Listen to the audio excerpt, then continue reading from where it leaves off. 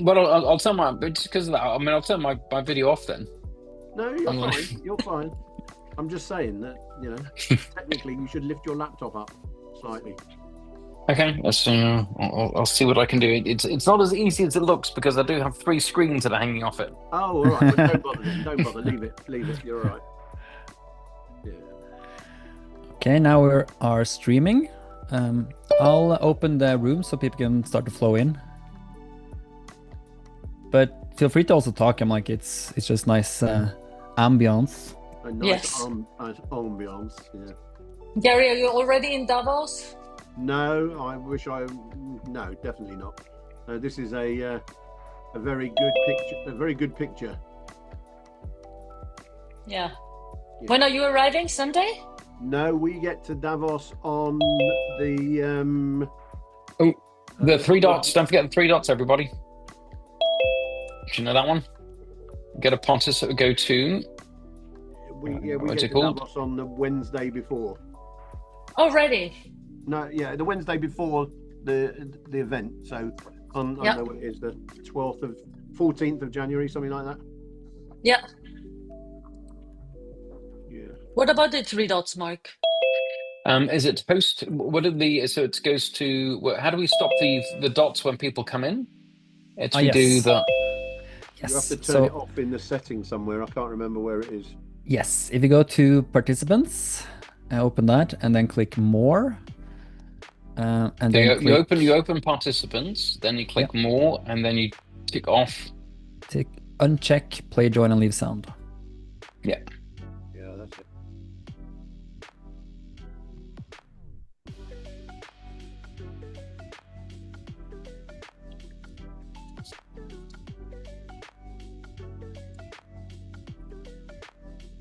I mean, we should be charging €10 a person. Also, don't strangle me, Dorothea. We haven't updated the new design yet. Yeah, so that, But it's all our good. last webinar, so I Yeah. live with that. Yes. Welcome, everyone. We'll begin shortly. You're like the voice of God.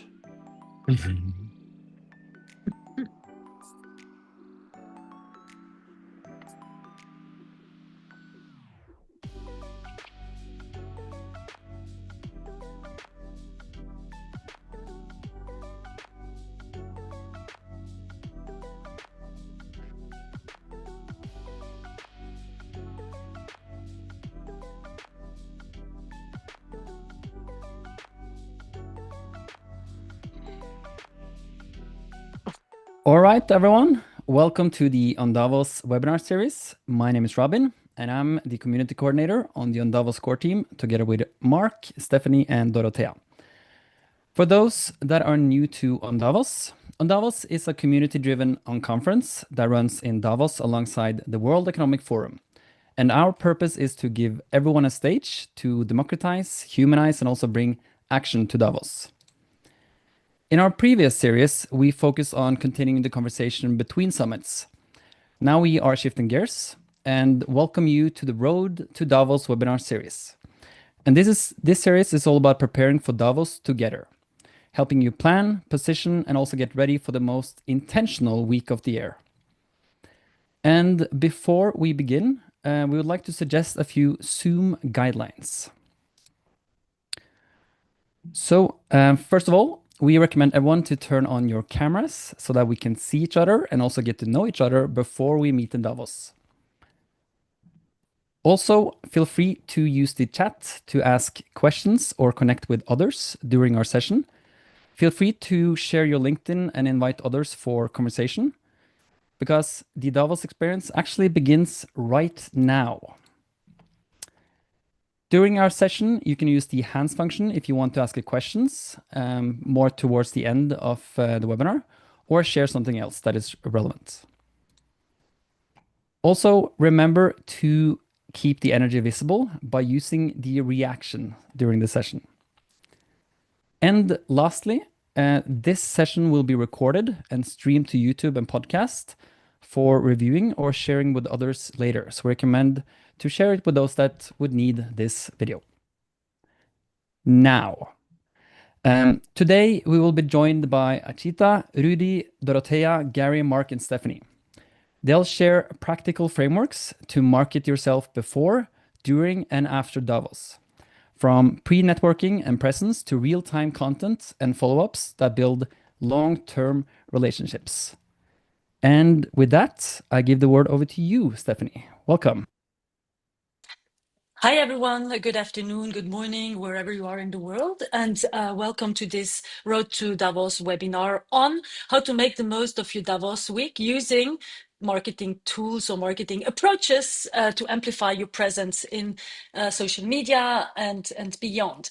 Here today we have quite a big lineup of speakers that will cover a few aspects of marketing throughout this next hour. We have Archita, who will be talking about personal branding, storytelling, and narrative creation. We have Dorothea, who will be talking about how do you bring this to life in through visual storytelling, video, etc. We have Rudy, who will be looking at digital signage and why that's important in Davos, especially in events like this. And then we'll also cover LinkedIn as a topic where we will share how we are doing it as well as others in best practices through with Dorothea. And Gary will cover at the end the importance of good audiovisual material and what difference that makes when it comes to then also market yourself online. And then last but not least, we'll look at the return on investment. Should we look at it in Davos? What does it mean, a return of investment of your Davos presence? So these are in a nutshell the topics we'll be covering this afternoon. We'll speak one after the other. Please use the chat and ask questions there, because if time allows, we will address these questions together with the speakers immediately after their presentation or their parts. Otherwise, we'll pick them up at the end. And with this, I hope that's clear. I hope everyone will enjoy it. With this, I'd like to introduce Archita, who is joining us from far away, and we'll be talking about personal branding, narrative creation, and storytelling. She's working with leaders across the world and helps them to develop their personal brand. And Archita, tell me about it. Where are you today, and what type of personal brand do you have? Thank you, Stephanie. So I am currently in India, in the city called Calcutta. So it's called the City of Joy. And for me, my entire career is built on personal branding, starting from my business school in France. So from there, I shared stories about all my life experiences, and it led me to the career I have today and also to the Davos community here. So I think everyone has a personal brand. It's just that they have to design it for themselves. Yeah. Amazing. So do you have any tips and tricks on how people here in the room can design the personal brand before now arriving in Davos, during Davos, and maybe afterwards as well? Sure, I do have. Can I share the screen? Absolutely. Okay, I think my share screen is disabled. Can you just enable my share screen? Yeah. Yeah, got it.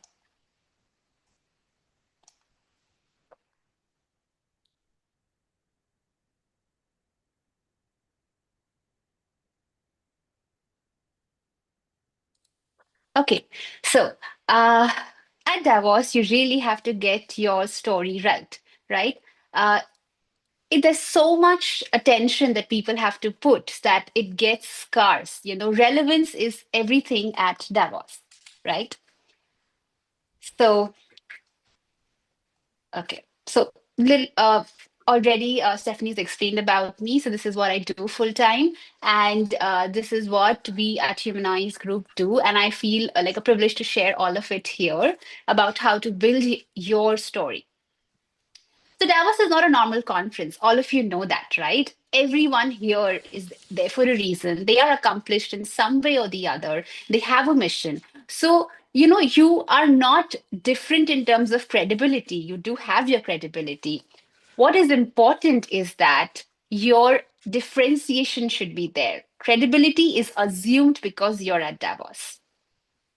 Now, there are few things that people face at Davos. For example, there are too many conversations. There is an intention missing there. So, how could you overcome that? Is always coming back to the objective. If you see people give generic introductions, so differentiation is missing there as well, and you need positioning. And a lot of surface level networking happens. So, if you have a story, people would remember. These are some key challenges that I have summarized here that all people go through some way or the other. And if you see that, there is a very common overcome solution here is that your story should be something that could help you. So before you come to Davos, you actually start all of it, not going there in Switzerland. It starts right now, as Robin said. First is that you actually clarify the objective. Why are you at Davos this year? What kind of conversations you want to make it happen? This objectivization helps you to keep an anchor for yourself. A pro tip is before you go to Davos, you can actually find relevant people going for the summits or dinners you're attending and seeing their profiles in depth to know how can you even refine your objective. During Davos, here it's not that you have to explain yourself, it's the positioning that you do. So, most important thing to even think about is why stories matter, especially in high stakes environments like this. Because intelligence is something that everyone is having, right? Status people have, a mission they have, but what's lacking is actually meaning, right? um, if you see that stories, when we say they give others permission to place themselves in relation to you, you want them to come near to you when you are sharing that story, as if they are living your life for that moment, right? So, networking really helps in this manner when there is a mutual orientation, right? So, um, what people ask you, right, when they say, what do you do? It's not that they're just wanting to know that answer. They are trying to identify how should they place you in their world. It's the fastest way the human brain actually answers that. Now, if you see most Davos stories, they actually fall flat because it's too vague, like it's too basic. There is not much context. And the reason why is because we don't prepare before. We just, know we need to be there in Davos at so and so dates, pack your bags, go there, but do not practice what we have to say. So generic stories is actually a problem. Now, a lot of people think, what is my story? Now, to answer that is there is no single my story, right? It really depends where you're saying the story. So people need the right story for the right room, right? So I'm going to give you an understanding also about types of stories, right? The first is positioning story. It's a very short thing, but actually this captures your first 30 to 60 seconds in the conference, right? And you can actually, give specificity in the story also. Yes, you're working in the intersection of X and Y, but for your particular niche, what are you trying to do, right? So this is something you should definitely practice. The second is your origin story, which is the most interesting story in my lens. Why? Because people see why do you care to pursue whatever you're pursuing, right? So you actually speak about a moment, not your complete lifetime. Why that shift happened in your life for what you're doing today. So if it takes more than 45 seconds, you know what? People start losing attention. So we need to practice why you care about this. The practice story, what you actually do differently, this is the place where people see how you think, how you decide, your process as a person, right? This helps them give more context about you and resonance. The problem story is again what problem you're solving. It is great for mixed audiences, right? And if you have don't want to oversell yourself, talk about your problem. Then is a proof story. Evidence really helps, right? It's that one proof of that, one moment with the client, one shift, it can create a lot more conversations. And then there is an identity story. Who am I beyond this role? You know, those small moments where you are like just walking or sitting having an after dinner thing. You actually talk about philosophies of life and work with stories. So this helps you go beyond the hobby, you know. And then there is a vision story. This is again one of my favorite because this helps you cater to mixed audiences. This brings out the visionary in you, which Davos has so much in abundance with, right? All of this is there. We could even share these slides with you, but with the respect of time, I'm not going deep within. And last is like the contextual story. Okay. This is very with your current chapter where you are.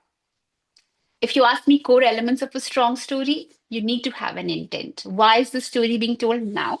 Second is your context. Third is a tension, you know, like a little question, a dilemma that, you know, creates the story interesting. There is an insight that happened before these three elements, right? And for senior rooms, for senior leaders, insight is what they come to Davos for. And the meaning, it's not like like always a moral, but definitely something that they can take away and reflect about.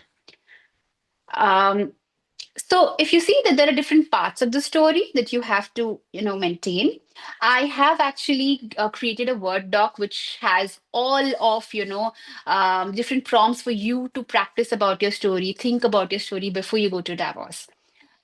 So story collapses complexity. Always remember that in a room full of complexity, close your eyes and remember, if you want to collapse that, your story is going to help you. And again, it signals self awareness. We know this person is self aware. That's why they are talking in that manner. And it creates safety. You know, it's like full of like people's guards are on. But when the story comes, vulnerability is out, the guards are down, right? So there are a lot of things. Story travels when you're not in the room. Someone will is going to contextualize you in any other room, saying, "Oh, I heard this person's story, and they said this," and that's how you travel in any other room in Davos.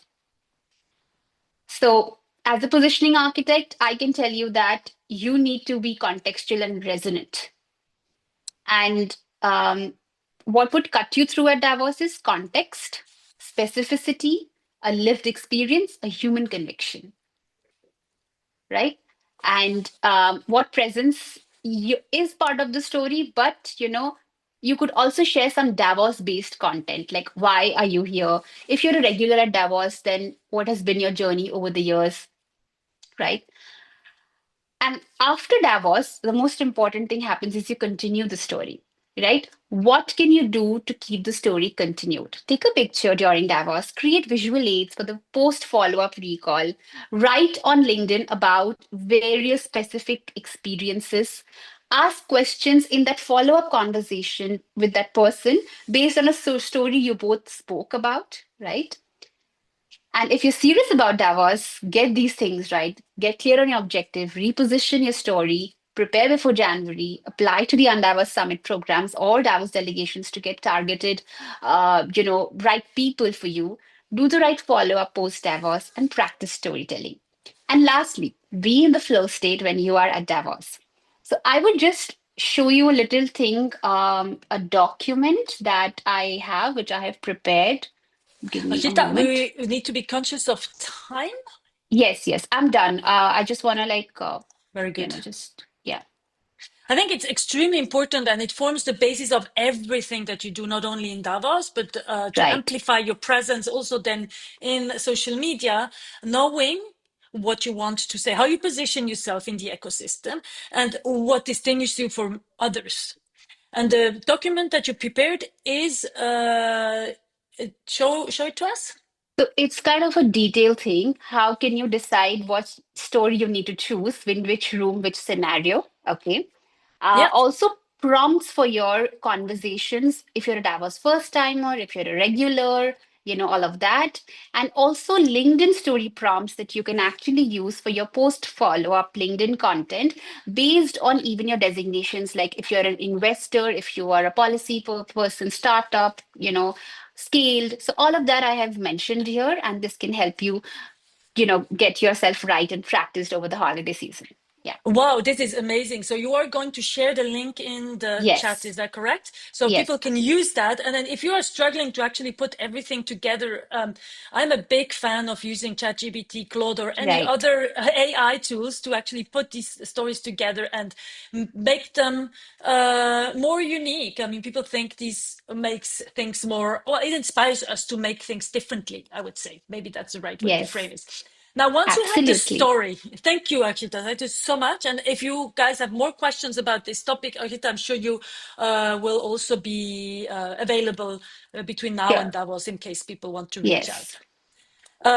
But then what do you do if you have a story written down on your Google Doc and you know this is how I'm positioning myself, this is my background, the reason why I'm here, etc., etc. How do you bring it to life?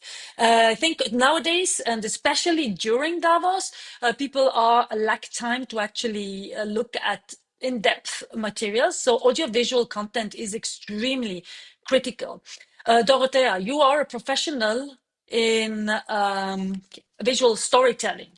So Yes. how do you look at what is the most important thing to actually bring a story to life? What do people need to think about? So hi everyone, thanks for having me here. The most important thing is to ask yourself the question, how do you bring your story? How do you translate your message into the visual language that triggers actually emotion, trust, and memory into the audience? And you basically you have different techniques from the filmmaking industry that you can use for example, using different shots, different ways to capture your story. And I think the important part during Davos is like not to strike for perfectionism, but to strike for the speed and to stand out on the social media when you share your story there. And I think like getting informed around how can I share this story into different visual ways, for example, different shots technique, like different POV shot, etc. How can I do that quickly and turn around that edit quickly during the week so I have a strong presence and my stories like shared strongly on socials? So what does that mean when people develop a story about themselves? So an individual, say a consultant says, I'm here because I'm speaking at the panel on energy and I'm an expert in transitioning into the, I don't know, green energy. What is a tip for people to then bring this story to life? Would they shoot videos of themselves in front of, I don't know, a venue that's talking about this? Or how would you recommend they would do it? What I can recommend here is think of, I don't ask basically everyone to be a professional filmmaker, because of course that's not possible to happen. But what I can give as a tips is like, think what is your takeaway and key points that you have from a session. You can simply also record a video about talking in front of camera about those topics. You can record different shots from the energy of the summit, on the people talking, on the conference, on the panel that you were at, on the different venues that you enter. And using simple tools like CapCut or Insta Edits to bring those videos to life. And I can say from my experience that actually personalized short reels and videos like work very well on the social media, um, on the digital space to tell your story. How long is a short reel? Usually what works is between 15 to 30 seconds. 15 to 30, that's pretty, Yes, pretty short. So yes, you really, really need to become an expert on pitching your story in a very short time frame. Okay. Is absolutely. there anything else you'd like that people should know about visual storytelling at this point? I would say simply you can use GPT AI or Claude, any AI to get a bit of information around what type of different shots you can do during the summit or during Davos week in order to capture different perspective and different energy and emotion. So you can like bring together one very, in a way, good short video reel that can tell your story and stand out on social media. Where during the week and before that, we have massive content coming out on the digital space. Just one last question to you, Dorothea. How long do you recommend people spend to develop their one of these little videos? Because you can lose yourself in editing videos and spend hours for a 10-second type of thing. But Davos is intense. I don't know who has the time to actually do that. Absolutely, totally agree here. And like I mentioned, like speed beats any perfection during Davos. So even if you have a recorded video of yourself talking in front of the camera about the panel that you just attended and having a few shots from that panel and put it together with a editing tool, this probably is going to take you around 30 minutes time, something very casual. What I should say is like don't strike for perfection, because when you strike for perfection, then you lose yourself in time. Basically, just share out your story through videos. Yeah, and the best ones will be shared a lot, and the worst ones might not be shared, which isn't a drama either, right? Exactly. Okay, with this, I'd like to switch over to Rudy, but please don't forget to actually post questions into the chat if you have any. I haven't seen any so far, Robin, or did I miss something? No one so far. So yeah. Nothing so far. So if you have any questions to our speakers, please post them in the chat. But over to Rudy now, who does a digital signage for OptiSign. And OptiSign, they provide screens and also screens for events and for Davos, where people can feature We provide the technology. We the don't provide the technology, not screens. the The screen. technology to Sorry power for the that. screens. You guys can choose the screens you want. All good. Okay, provide the technology to play visual assets on screens. And I lost the thread now. Okay, so why is it important to actually bring visual assets to screens at events like Davos? Because the impact is way bigger of anything in events in anywhere. Most of us are visual people or visual beings, and visual information just works really well. Before really diving into Davos and last minute marketing, I think it's helpful for people that are not, maybe so close into what digital signage is, to give them a bit of an introduction. I think that we can all agree that showing the right information to the right person at the right moment has always an advantage. So it applies to almost any situation or process that you can think of. And that's also why we at OptiScience, we don't see digital signage as like simply screens on the wall. One of our clients really described it super nice. He said, "Oh, so OptiScience is solving the last mile of information distribution problem." And I think that captures really perfectly how we can see digital signage and how digital signage is best to be seen with. To start, I just want to share some facts, data points, ROI figures about why digital signage makes sense. Many different use cases for it. The numbers are not from us, just to be clear. So it's not us showing those numbers. Let me start. Can you see my screen? All So good, yeah. I want to Yes. as well say, obviously, especially in those economically and politically challenging times, ROI, increasing the value, decreasing risk, is something that can help us in any situation. It can make an event amazing. It can make a year okay. It can make the change or be the difference in between having success or struggle. So some of the facts that, again, are not from us, I want to mention is sales can grow up to 30%, ROI 300%. It does foster impulse purchases with 70% of customers acting on ads. It can help as well, obviously, to cut down the perceived time, waiting time, the real downtime, 38, 31%. Digital signage helps, obviously, lift brand or topic awareness. 47% delivers 80%, 83% ad recall. That's obviously outperforming anything that we see from normal, let's say, not moving signage that's used before. Operational efficiency, you can save on printing. It's better for the environment. Obviously, we're talking 30 to 50%. You can save energy if you take the complete calculation on producing all the things to it, so that can make a real difference as well. Engagement is super important, safety as well, 27% higher employment engagement. Manufacturing reports up to 30% less accidents, which is huge. Downtime down by 35%. I mean, it just makes sense. If you go to retail, 35% in foot traffic, boosting conversions, lower promotional costs using signage. All of those are facts that just show how great it is to use digital signage. Sales in restaurants rise up, which is important as well. The total order volume is as well influenced by what you show on the screens. So again, we have a screen visual information is influencing how we deal with something, how we capture something, how we act on something. Healthcare, they have as well, less appointments missed, downtime perceived is less, waiting time perceived is less.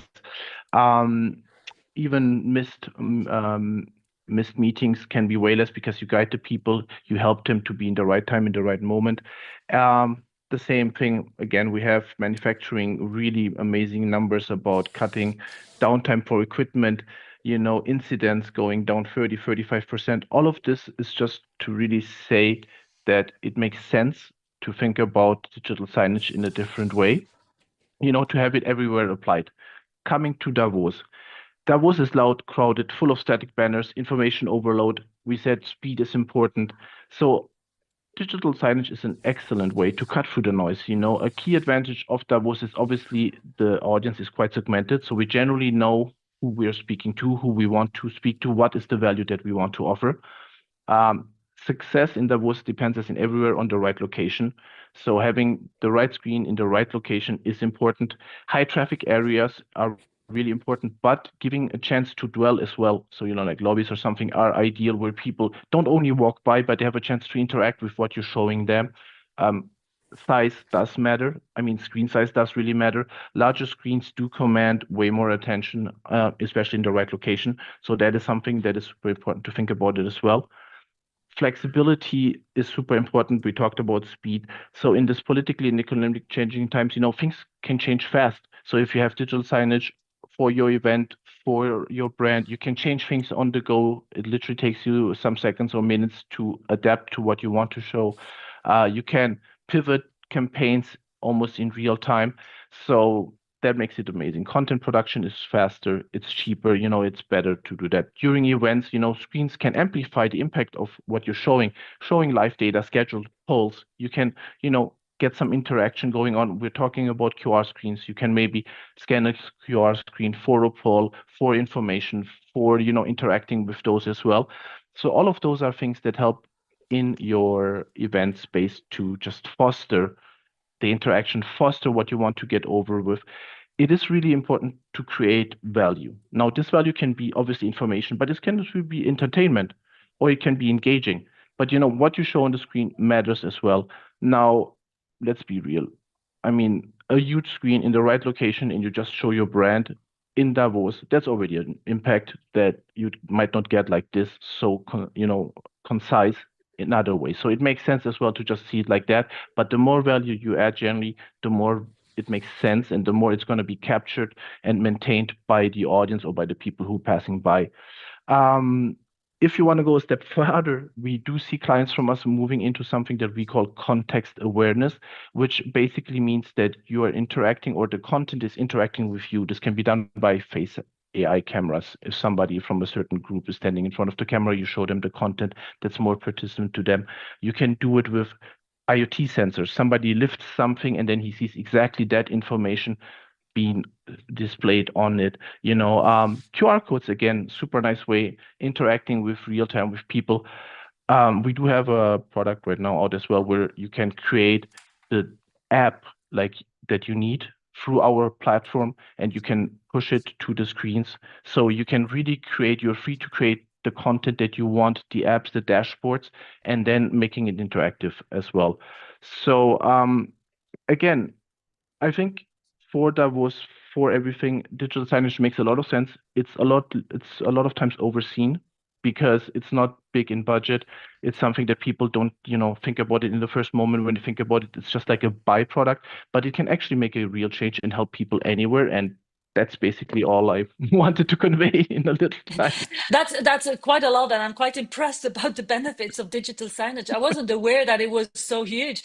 And actually, at Endavos, we have switched quite a bit of our own marketing efforts onto digital signage. And this year, especially, we will have one of the big screens or big digital signage placements at Belvedere Hotel, right in the lobby where everyone, I think it must be around 30,000 people going in and out throughout the week and passing by that spot with huge screens. So well, beyond, of course, we're not going to feature individual stories there, but if a brand wants to actually be featured or showcase something, that's absolute premium placement right there. Stephanie, it's exactly everything you need. It's huge. The location is amazing. The people that are going by is amazing.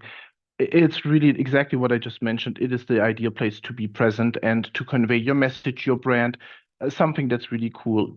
Anyway, it's going to grab your attention because of the size of the screen. So yeah, definitely makes total sense. Yes. Yeah. So look out if you guys are going into Belvedere, we'll be on the left side. But if you'd like your brand to be featured right there on the left side, around, where everyone passes by, right by the lobby of the Belvedere Hotel, then let us know and we can certainly find a solution to slot you in. And with this, I'd like to go back to Dorothea. Because now we talked about how do you create a story, how do you produce a story to a video, basically, that you could feature on digital signage or big screens at an event.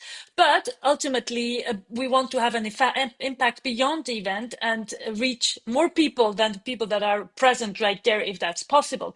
And social media such as LinkedIn are good platforms to do so.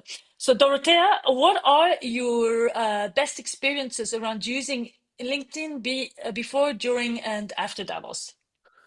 Yes, definitely, that's totally true. What I can say, and this is what already we mentioned in all of the series in our webinars, that Davos is built on 3 stages: before, during, and after. And a lot of people, they show up only at the peak during the week, but actually it's way much more important. What do you do before? Month before, during the week, and month after the Davos. And I can say that visibility is engineered. It's not by coincidence. It's we use every tool from visual storytelling, how to craft your visuals, up to LinkedIn, and this is also another tool how you can share and promote your story. Your story. And what I can share that, for example, if you're a speaker at Davos, it's very crucial to actually take action to promote yourself and to be present before the week. That means, for example, announcing the events where you will speak up, to warm up your network, that you're going there. During the Davos week, it's very important to write up summaries and share valuable content from the panels that you've been speaking.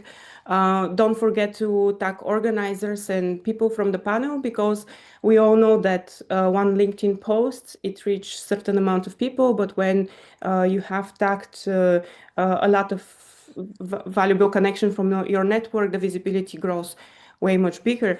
And a practical exam that I also experience is, for example, when you speak at a panel, or when you, even as an attendee, when you put your notes and you attend certain sessions, try to use, for example, AI or any tool that can summarize this into a PDF format, where you can share that content with your audience and create like a CTA, call to action, a phrase, for example.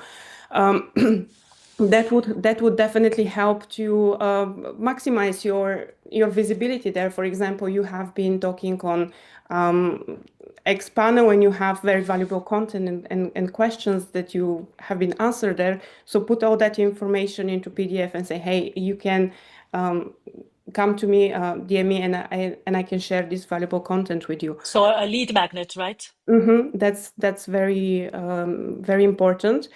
And as well, after the Davos week, we should not stay silent, but in quite the opposite, we should be very active as well, and not only to warm up, to follow up with your leads and your connection that you built during the Davos week, but as well to write down summaries, a very important key points during the week, what happened. And as I mentioned, people love valuable content.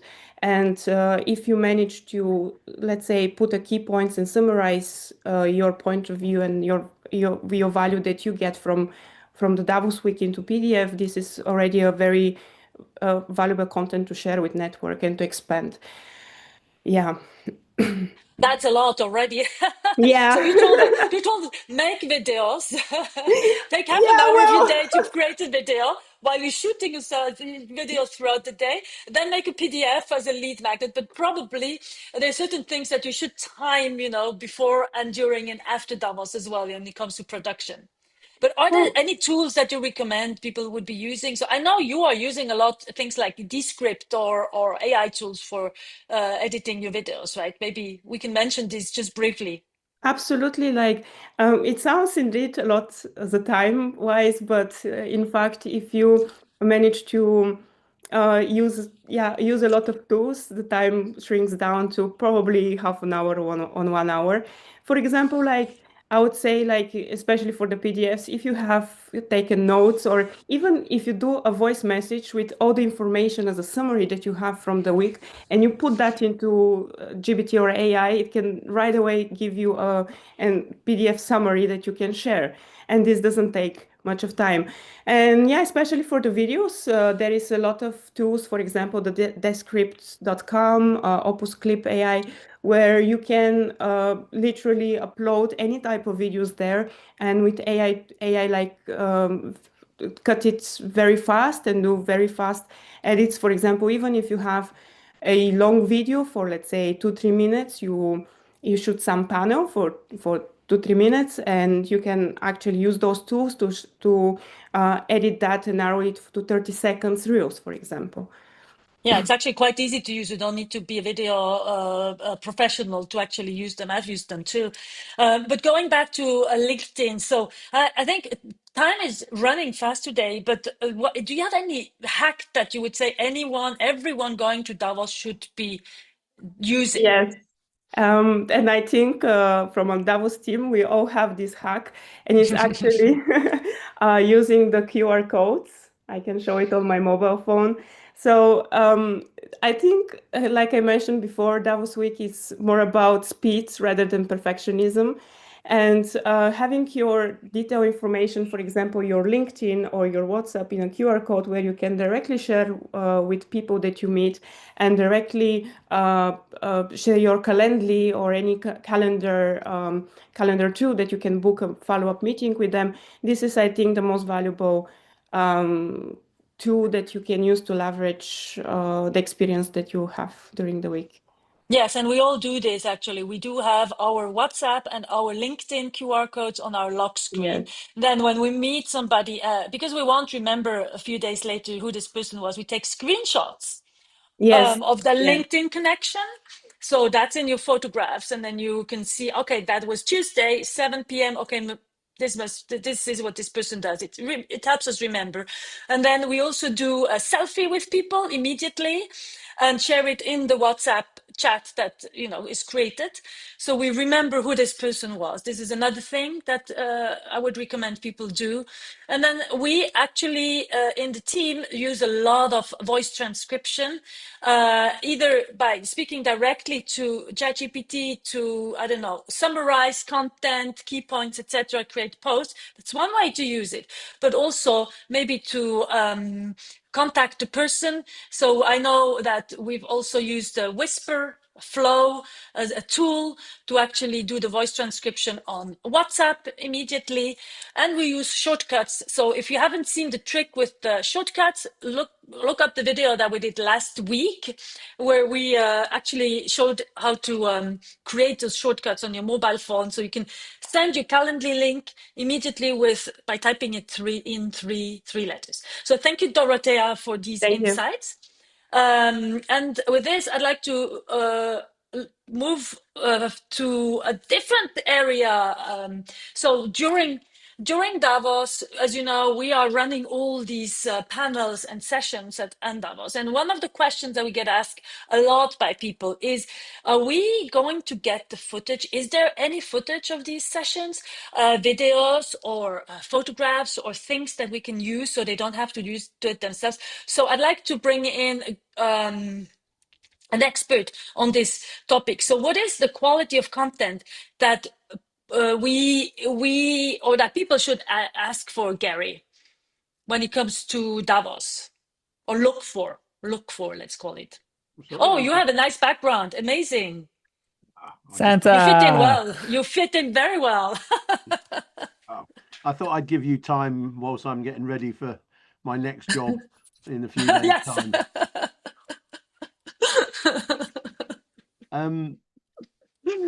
I forgot the question. No, yeah, so first thing is that for the Davos event during the week, we are going to be recording virtually every session, unless it's a private session, and we will also be streaming them.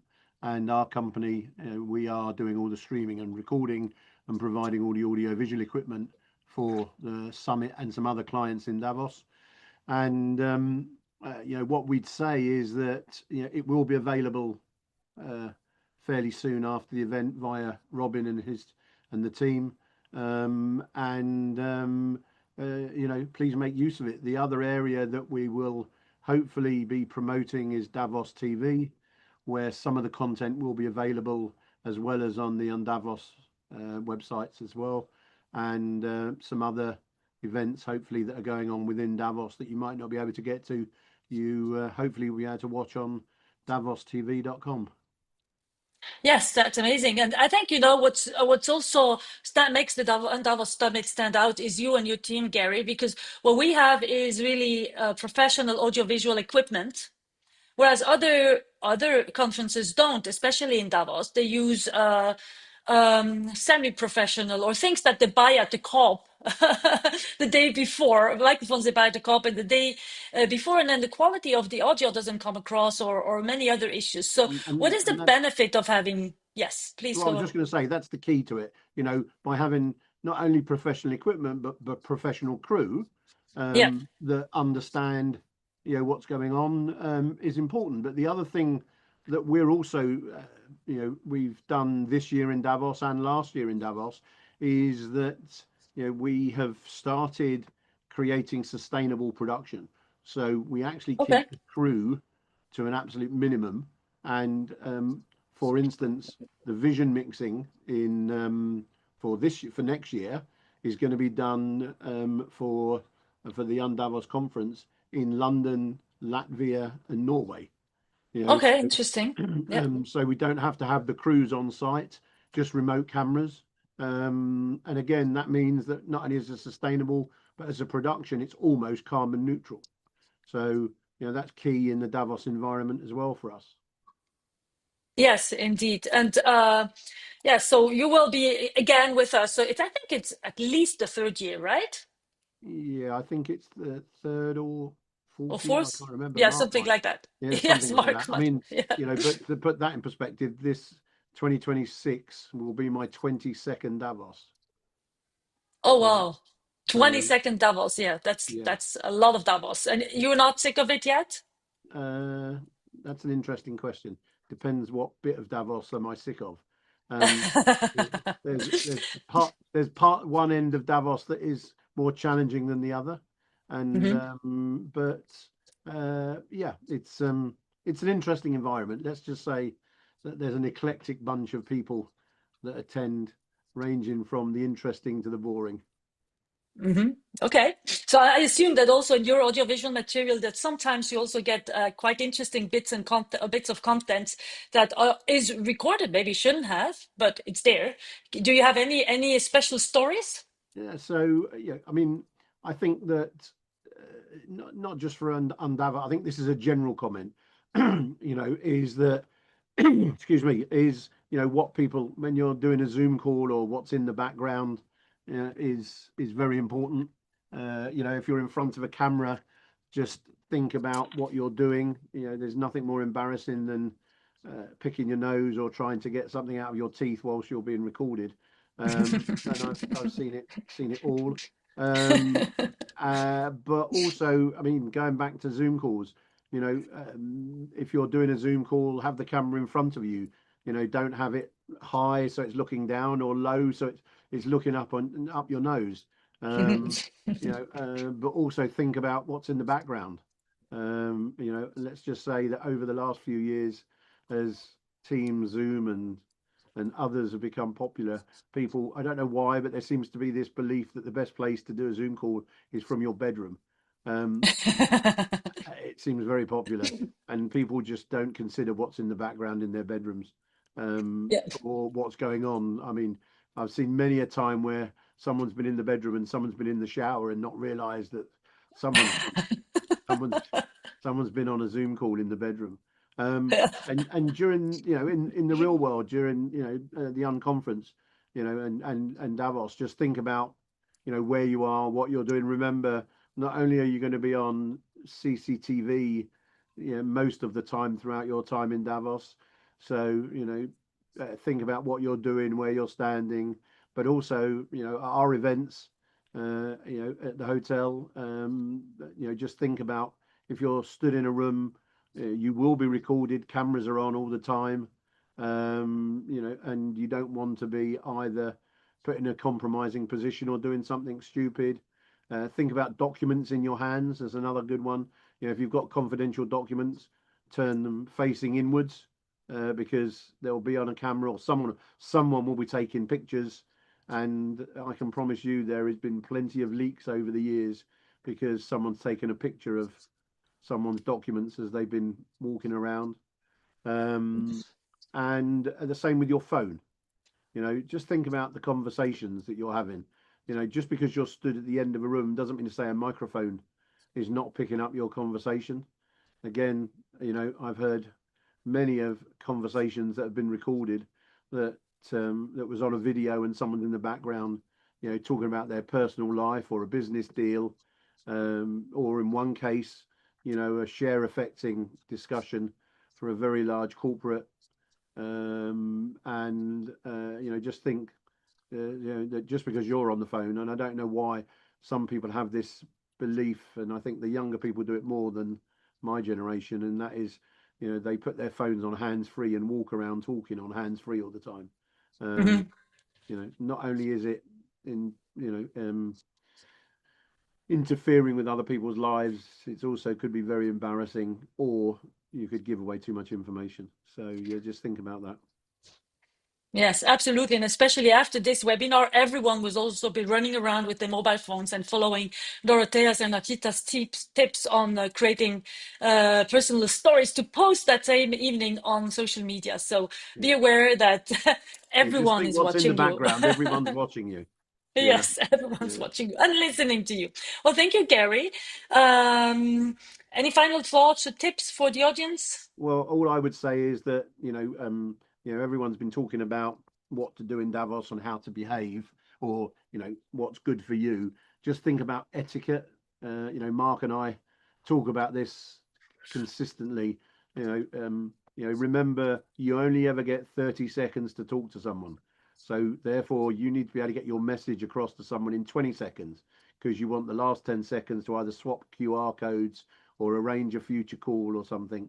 You know, and don't be surprised if someone says, I haven't got time, I'm going somewhere, and respect that wish. Don't start. I've seen, especially in say the Belvedere Hotel or something like that, you know, people, you know, desperately trying to talk to someone and they're saying, I'm busy, I'm just going somewhere, you know, or you know, I've got to rush to a meeting.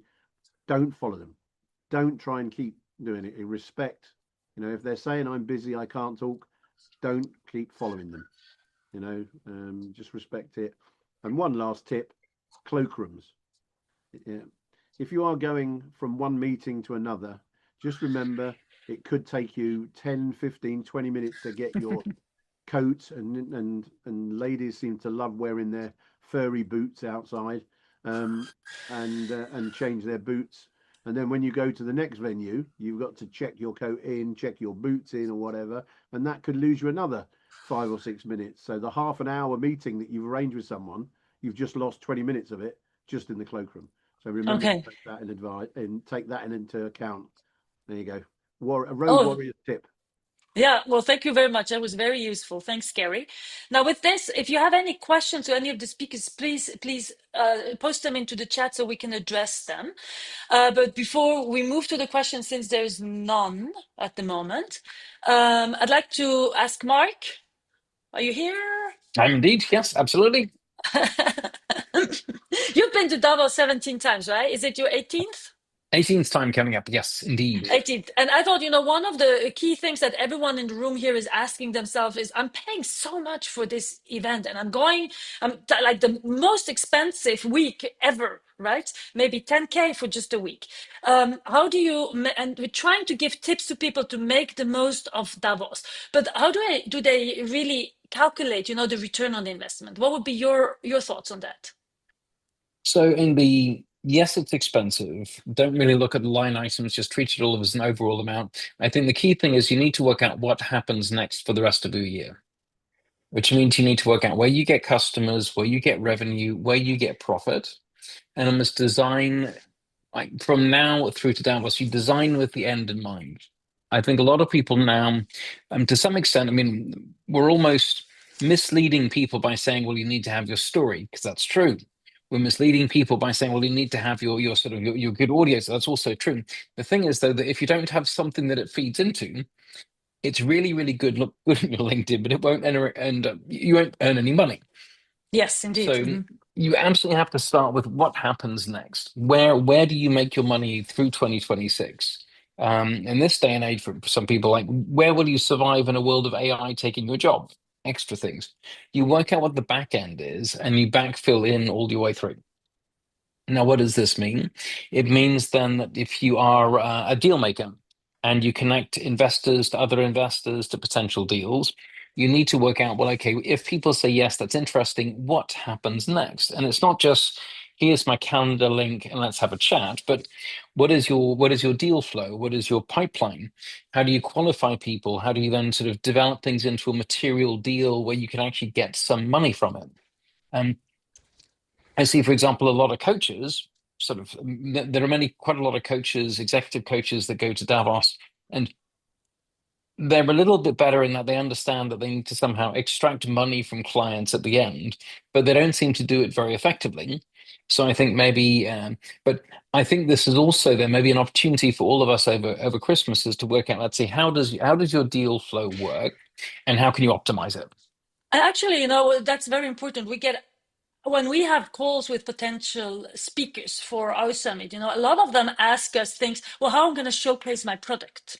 I'd like to make a demo of my product right here, right then. But Davos isn't really the place where you do a demo. This is not a trade fair, right? So how do you create that pipeline if you can't demo your product? Do you have any thoughts on that? Yeah, so for me, what I found from Davos that is the most interesting. So if you do have the 30 seconds to 2 minutes of chatting, is find out what issues do you have, and then work out how you could fix it. So if somebody says, well, our real problem is connecting with how do we take advantage of the youth that are coming into our business? Or it could be what happens with trade negotiations, or what happens when we can't have access to critical minerals. That's what I'm thinking about in Davos, says the executive. Well, if you're able to frame what you have in a way that can help people, this is good. The other is that generally smart people like to speak. And if you let them speak and you listen, they quite often will drop enough hooks for you to think about how you might be able to help. But maybe I think another thing, which is a good practical tip afterwards. So I've got ChatGPT as my sort of workhorse for AI. And I have one project in there called conference follow-ups. And so now what I do is that once I've finished meeting somebody, so I'm at some companies when I was in Paris, I immediately then stood in a corner, and then instead of leaving myself a voice note as I used to do, I go into GPT. I basically do a transcription to say, just spoke to this company, here's the thing. I then press send, it already is able to usually pick up the company, pick up a proposal, and then I use this as it's much more than just a notes taker now. It's allowing me to plan my follow-ups afterwards, because quite often it knows the context and everything else. So And to remember what this person does that you talk to. correct. I mean, because otherwise it's very, very easy to completely forget about them. I think my first Davos, I met 250 people and had 250 business cards. From, let's say, 3 Davoses ago, I still literally over there in the corner underneath my television set have about 100 business cards that I never got round to processing. That was Never. 17 years ago. And 3 years ago, not as bad as that. No, those are all downstairs with the spiders up the cobwebs. But no, at the same time, though, I mean, to get a return, Davos, sometimes one conversation could be life-changing. One conversation can create your entire business and everything else.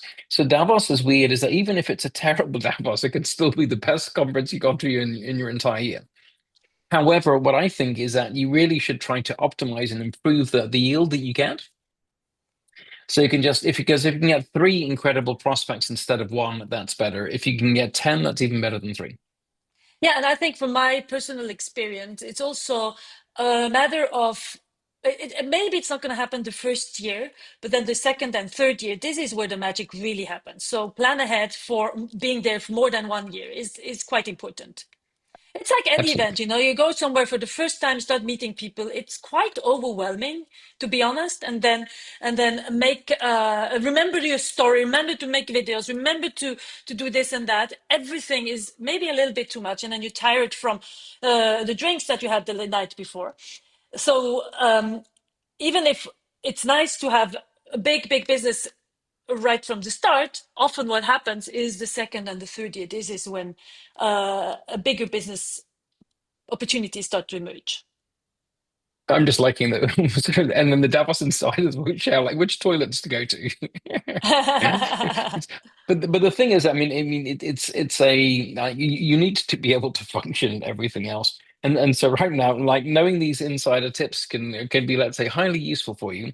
But even then, and Gary mentioned the coat thing. Sometimes your best conversation is in the coat check. So That's right.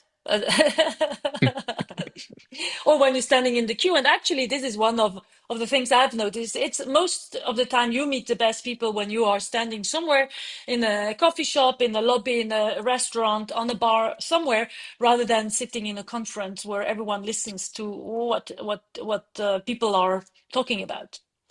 Okay, any other final thoughts, Mark, for the audience today on ROI for your Davos presence or anything else?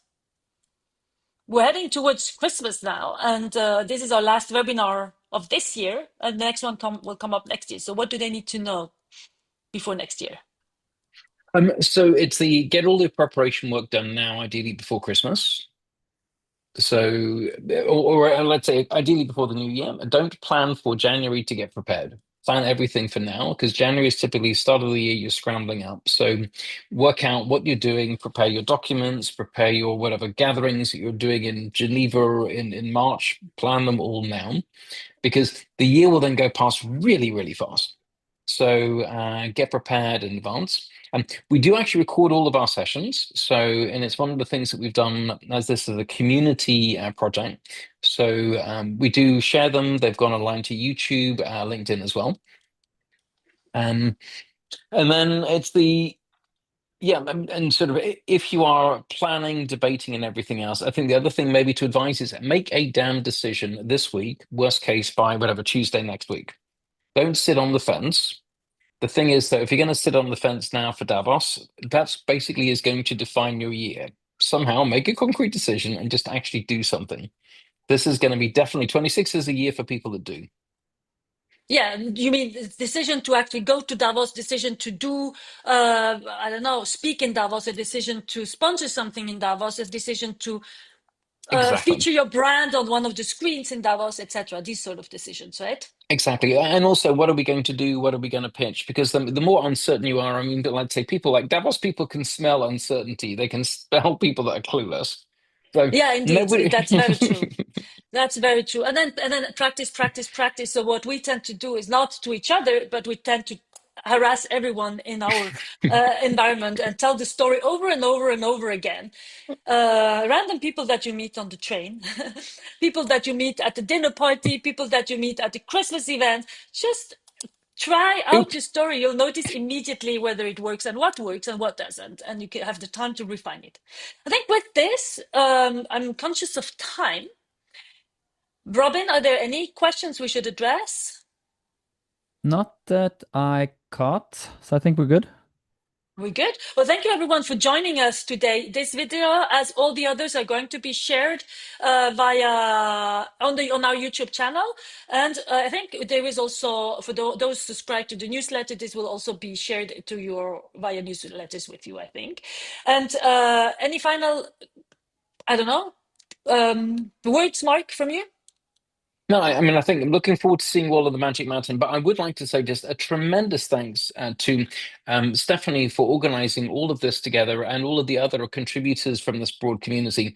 This was this was an incredible good experiment for us. I've hugely enjoyed all of this. I have learned lots as well, and hopefully you have all too. But thank you very much to everybody there and Stephanie, especially. Thank you. Thanks, everyone. Merry Christmas, happy holidays, and see you in Davos. Ciao. Bye. Thank you, everyone. Bye. Thank you. Bye-bye. Ciao. Bye. Oh. Hello, everybody.